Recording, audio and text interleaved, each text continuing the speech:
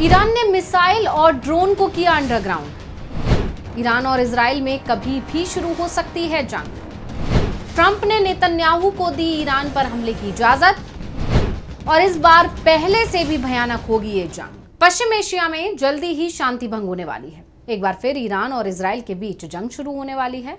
जंग का ऐलान किसी भी समय हो सकता है। ईरान की तरफ से दावे किए जा रहे हैं कि अमेरिका एक बार फिर से उसे धोखा देने की नीति पर काम कर रहा है। पिछले महीने 12 दिन तक चली इजराइल और ईरान जंग में अमेरिका ने 2 बार ईरान को धोखा दिया था। पहली बार जब जंग शुरू हुई थी, क्योंकि अमेरिका के प्रस्ताव पर ईरान अपने परमाणु कार्यक्रम को लेकर उसके साथ बातचीत कर रहा था। 15 जून को ओमान में बातचीत होनी थी, लेकिन उससे 2 दिन पहले ही इजराइल ने ईरान पर हमला कर दिया। बाद में खबर आई कि डोनाल्ड ट्रंप ने नेतन्याहू को ईरान पर हमले की इजाजत दी थी और हमले के लिए हथियार भी भेजे थे, जबकि ईरान उस समय बातचीत की तैयारी में जुटा हुआ था। उसके बाद 20 जून को ट्रंप से जब सवाल किया गया कि क्या अमेरिका इस जंग में शामिल होगा, तो ट्रंप ने साफ कर दिया कि वो इस बारे में 2 सप्ताह में फैसला करेंगे। अभी इस पर कोई बात नहीं करना चाहते, लेकिन ट्रंप के बयानों को 48 घंटे भी नहीं बीते थे कि अमेरिका ने ईरान पर हमला कर दिया। और अब जब ट्रंप की तरफ से कहा जा रहा है कि वो ईरान से फिर से बातचीत शुरू करना चाहते हैं, और ये बातें वो तब कह रहे थे जब उनकी इजराइल के प्रधानमंत्री बेंजामिन नेतन्याहू के साथ बैठक हो रही थी, तो ईरान के लिए ये किसी खतरे का अलर्ट माना जा रहा है। ये दावे तो पहले से ही किए जा रहे थे कि नेतन्याहू की अमेरिका यात्रा के तार सीधे सीधे ईरान से जुड़े हुए हैं। तो क्या एक बार फिर ईरान पर हमले को ट्रंप ने दे दी है मंजूरी?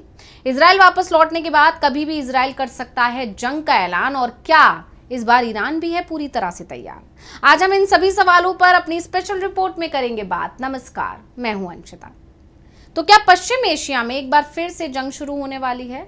कभी भी जंग का ऐलान हो सकता है। वैसे भी इस बार ईरान पूरी तरह से तैयार है और इसीलिए ये सवाल एक बार फिर खड़ा हो गया है। तो ईरान के सैन्य कमांडरों की तरफ से तो यहां तक संकेत दिए जा रहे हैं कि जरूरी नहीं है कि इस बार इजराइल के ईरान पर हमले के साथ जंग शुरू होगी। ये जंग इस बार ईरान के हमले से भी शुरू हो सकती है। ईरान के supreme leader Ayatollah Ali Khamenei 5 जुलाई को बंकर से निकलकर सबके सामने तो आए, लेकिन अब कहा जा रहा है कि वो फिर से किसी सुरक्षित जगह पर पहुंच गए हैं। ईरान में मोसाद के एजेंटों पर शिकंजा कसा जा रहा है। मोसाद के एजेंट लगातार पकड़े जा रहे हैं, उन्हें सख्त सजाएं भी दी जा रही हैं, नए नए हथियार खरीद कर सेना को दिए जा रहे हैं। यानी इस बार ईरान अपनी सभी कमजोरियों को पहले से ही दूर करने की कोशिश कर रहा है। यानी जंग को लेकर तैयारी इस बार ईरान की तरफ से भी पूरी कर ली गई है, जिसके बाद अब एक बार फिर युद्ध जैसे हालात बनते दिख रहे हैं। एक्सियोस की रिपोर्ट में दावा किया गया है कि अगर ईरान ने अपना परमाणु कार्यक्रम दोबारा शुरू किया तो इजराइल फिर से हमला कर सकता है और इस बार अमेरिका की हरी झंडी भी इजराइल को मिल सकती है। लेकिन ये खबरें भी आ रही हैं कि ईरान ने अपना परमाणु कार्यक्रम फिर से शुरू कर भी दिया है और इसे लेकर व्हाइट हाउस में ट्रंप और नेतन्याहू के बीच बातचीत भी हुई है। और जैसा कि कहा जा रहा है कि ट्रंप ने नेतन्याहू को ईरान पर हमले की मंजूरी एक बार फिर से दे दी है। अमेरिका की तरफ से हथियारों की खेप इजराइल पहुंच भी गई है और लगातार हथियारों की सप्लाई की जा रही है। ऐसे में अब एक बार फिर सभी की निगाहें पश्चिम एशिया पर टिक गई हैं। जंग तय मानी जा रही है, लेकिन सवाल ये भी उठ रहे हैं कि क्या इस बार भी ये जंग सिर्फ ईरान और इजराइल के बीच लड़ी जाएगी, या फिर इस जंग में दूसरे देश भी इस बार शामिल होंगे, खासतौर पर रूस और चीन, क्योंकि चीन की तरफ से इस समय ईरान को जमकर मदद पहुंचाई जा रही है। ईरान लगातार हथियार खरीद रहा है और अपने हथियारों की सुरक्षा भी कर रहा है, क्योंकि ईरान को पता है कि इजराइल इस बार उसके हथियार डिपो को उड़ाने की कोशिश करेगा। तो ईरान ने भी साफ कर दिया है कि हम पूरी तैयारी में हैं और इस बार हमने अपने हथियार भी अंडरग्राउंड कर दिए हैं।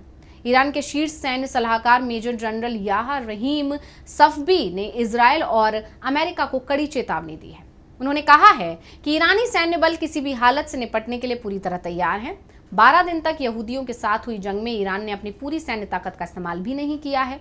ईरान ने अब तक हजारों मिसाइलें और ड्रोन तैयार कर लिए हैं और उन्हें ऐसे स्थानों पर रखा गया है जहां उनकी सुरक्षा सुनिश्चित है।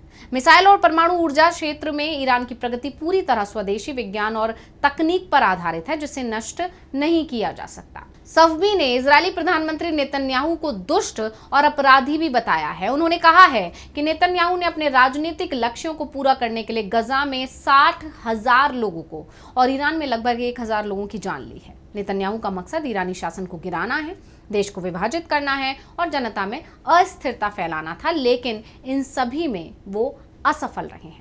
सफवी ने कहा कि 13 जून को इजराइल की तरफ से ईरान पर अचानक हमला किया गया और इसके बाद ईरान ने जवाबी कार्रवाई में पश्चिम एशिया में अमेरिकी सैन्य ठिकानों और कब्जे वाले फिलिस्तीनी इलाकों यानी कि इजराइल में सामरिक ठिकानों को निशाना बनाया।